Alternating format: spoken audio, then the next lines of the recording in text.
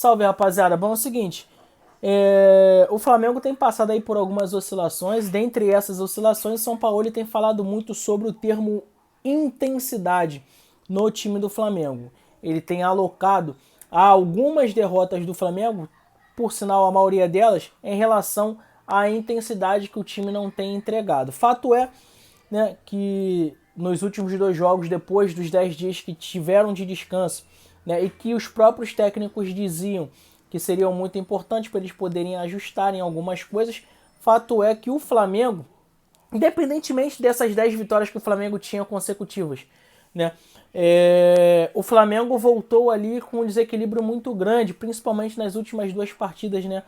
Porque se você for parar para pensar, o Flamengo tomou 6 gols em 2 jogos. Para um time que quer ser campeão é muita coisa. E mais uma vez, né, deu a se entender que o problema, né, principalmente partindo da comissão técnica do Flamengo, foi referido à falta de intensidade. Eu acredito já por um viés totalmente diferente. É só pegarmos a linha de todos os clubes ou seleções que o São Paulo passou. Na verdade, seleções que o São Paulo passou. Chile e também Argentina. Acredito eu que o São Paulo ele tem um problema, né, no seu sistema de jogo. Porque assim, é muito interessante a gente entender que foi assim no Santos, mesmo o Santos sendo vice-campeão brasileiro em 2019, o Santos tinha muito problema de tomar muitos gols em suas partidas. Inclusive, o Santos foi o time que buscava as viradas aquele ano. Por quê? Porque tomava muito gols. E quando o São Paulo foi contratado, eu falei isso aqui. E o São Paulo, da mesma maneira que ele ganha de 7, 8, muito provavelmente ele também vai perder de 9, 10. Por quê? Porque ele entende que ele é um franco atirador. Ele não é um treinador estratégico. Por exemplo, o técnico do Botafogo, o Castro, por exemplo, um Abel Ferreira. Ele não é um treinador estratégico. Ele entra para matar ou morrer. Então, assim, ele busca a vitória a todo momento, a todo instante. E realmente, essa é uma característica que eu gosto muito no time do São Paulo, que independente de quanto esteja ganhando, o time vai buscando sempre mais e mais e mais. Pode ser de 10, vai buscar o 20, entendeu? Mas, principalmente com esse elenco, agora a gente entra aí, né, nesse ciclo que está se encerrando de 2019 e essas novas contratações, por exemplo, a do Alan, que foi fechada nesse final de semana, o Flamengo tem, né, devagarinho, feito algumas reformulações no elenco. Até porque são jogadores que já estão chegando, já passaram dos seus 30 anos e outros chegando aos 30. E aí, também pode ser agregada uma questão de identidade sobre a intensidade, mas, ao meu ver, esse Flamengo de 2019, que essa geração está se perdendo agora e está sendo trocada agora, ele é um time que ele tem muitas dificuldades, inclusive com o próprio Jorge Jesus. Quem não lembra do enfático jogo contra o Bahia, que o Bahia jogou no contra-ataque, o Flamengo só corria para trás e ficavam buracos, crateras na defesa do Flamengo, no qual ficou emblemático um lance, né, do gol do Bahia, que o Felipe Luiz corre desesperadamente para trás, 20, 30, 40 metros, para tentar roubar essa bola.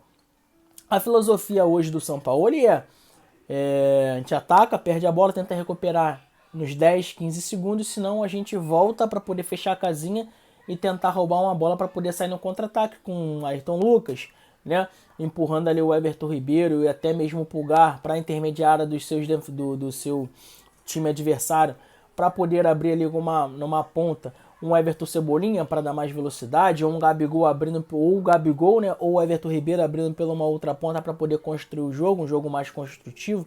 Enfim, sendo que o Flamengo tem perdido essa bola e não tem conseguido recuperar.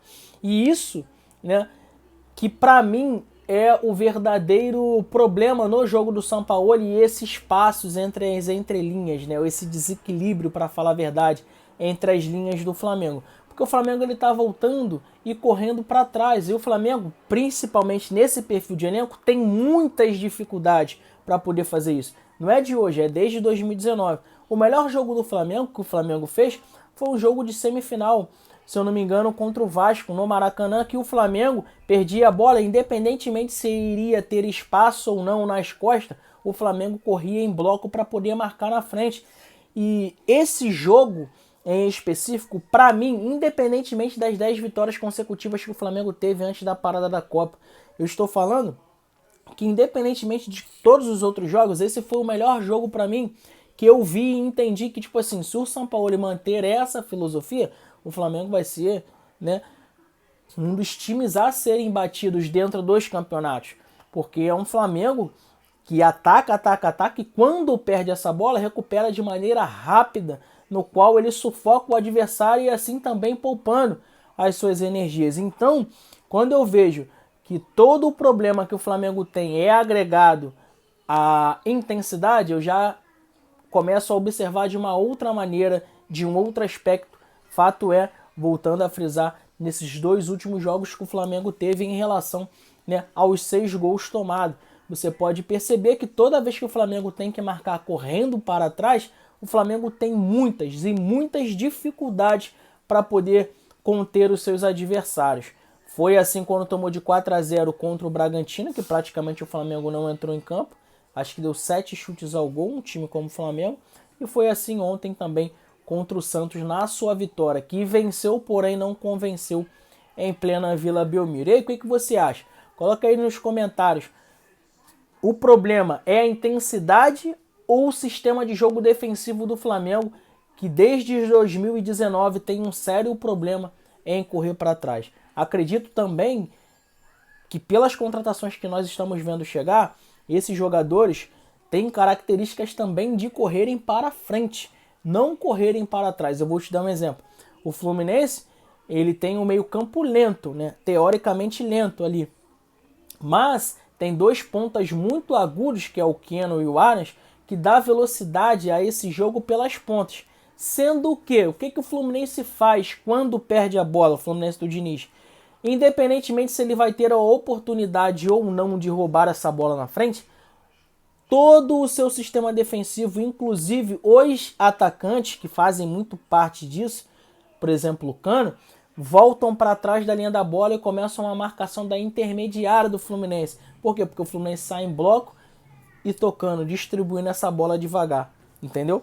E quando precisa de velocidade, ele tem o Arias de um lado e o Keno do outro para poder dar velocidade. Então, quer dizer, quando ele não tinha esses jogadores, falando especificamente agora do Fluminense, ele sofreu demais. Keno machucado, o Arias praticamente tendo que fazer essa puxada de contra-ataque sozinho, porque ele tinha que improvisar muitas vezes o Guga como ponta direita ou ponta esquerda, e aí dificultava um pouco. Eu acho que é mais ou menos por essa linha, né, de viés que passa o problema do Flamengo. O problema do Flamengo, na verdade, está no seu entorno de marcação. Tá marcando para trás, correndo para trás. A hora que começar a correr para frente, vai voltar a ser um Flamengo que consegue controlar melhor as suas partidas, principalmente dentro do seu âmbito defensivo. Só sobre isso. Deixa aí nos comentários o que você acha. Tamo junto. Até a próxima.